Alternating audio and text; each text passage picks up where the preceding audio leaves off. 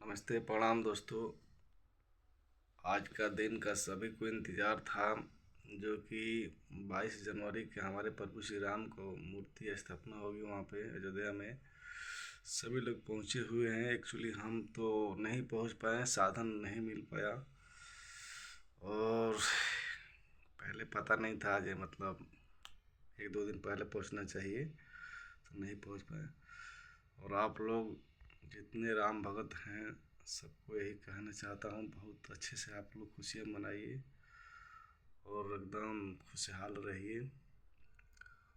आज अपना प्रभु श्री राम अयोध्या में जो सभी हिंदुओं को मन में था मंदिर बनाने के लिए, मंदिर बन गया और भगवान का मूर्ति भी रखा जाएगा आज। तो इससे बड़ी खुशी कभी हम लोग को मतलब देखने में नहीं आया था और नहीं आएगा। तो आज के दिन जो मनाया जाएगा बहुत खुशहाली मनाया जाएगा और एकदम खुश रहना चाहिए, जो कि सभी को लगे जो हम जैसे हमेशा भगवान श्री राम के कोई नाम लेता है, कोई या जिंदा में मरता हुआ फिर भी कोई कहते हैं राम राम सत्य है, राम राम सत्य है, ये भी लोग कहते हैं। सुबह जब आदमी उठता है तो कहता है हे श्री राम हे प्रभु।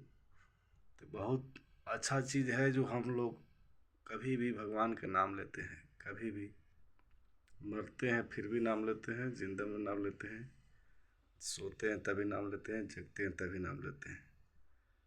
तो जैसे हम लोग हमेशा हृदय में अपना रखते हैं भगवान को, वैसे खुशहाली भी मनाना चाहिए और खुश भी रहना है।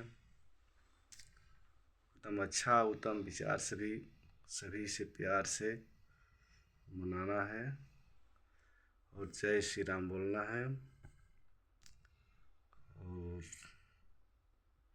आप लोग से कहते हैं अच्छा विचार होना चाहिए सभी को अंदर, ऐसा कोई ना सोचे। मतलब भगवान सबके होते हैं, भगवान का जो घृणा किसी से नहीं होता है, अपने भक्तों से किसी को घृणा नहीं होता है। वैसे हम भगवानों का सभी लोग मिल के मनाए तो अच्छा खुशी माहौल बनाए कल।